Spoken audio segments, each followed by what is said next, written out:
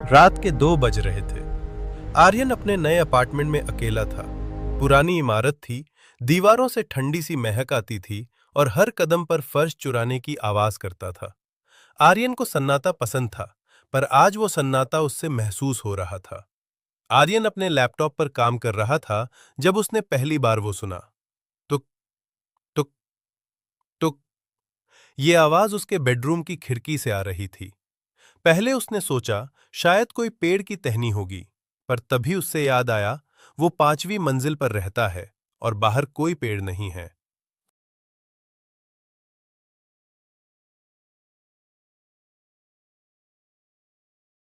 वो उठा और लाइट जलाने की कोशिश की, मगर स्विच काम नहीं कर रहा था। मोबाइल की फ्लैशलाइट जलाकर वो बेडरूम की तरफ बढ़ा। खिड़की पर कोई नहीं था, सिर्फ बाहर काली रात और सन्नाटा था। जैसे ही वो पलटा, उसकी नजर कोने में रखे बड़े आईने पर पड़ी। फ्लैशलाइट की रोशनी में उसने देखा कि आईने में उसका अपना अक्स तो खड़ा है, पर उसका अक्स Aryan, उससे Arya देख नहीं talk. रहा था। खौफ का पल। आईने वाला आर्यन पीठ फेर कर खड़ा था, जैसे वो कमरे के किसी अंधेरे कोने को घाट लगाकर देख रहा हो।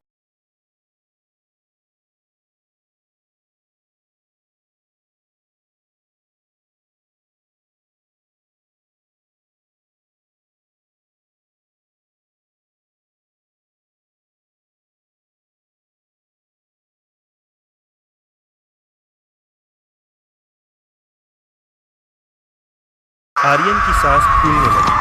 उसने हिम्मत जुटाई और आईने की तरफ हाथ बढ़ाया। जैसे ही उसने आईने को चूना, आईने वाला अक्स धीरे से पालता। उसकी आंखें नहीं थीं, सिर्फ 2 गहरे काले गड्ढे थे। वो मुस्कुराया और एक ऐसी आवाज नली जो आर्यन के अपने गले से नहीं, बल्कि उसके ठीक पीछे से आई। तुम्हें लगा तुम अकेले हो।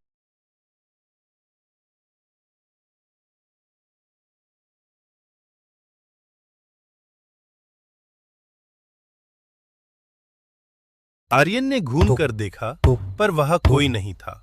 मगर जब उसने वापस आईने में देखा, तो आईना वाला अक्स अब आईने के अंदर नहीं था। वो बाहर खड़ा था और आर्यन खुद आईने के अंदर कैद हो चुका था। आज भी उस अपार्टमेंट में रहने वाले लोग कहते हैं कि कभी-कभी आईने में एक लड़का दिखाई देता है, जो शीशे पर अंदर से दस्तक देता है, पर कोई उससे बाहर नहीं निकाल पाता।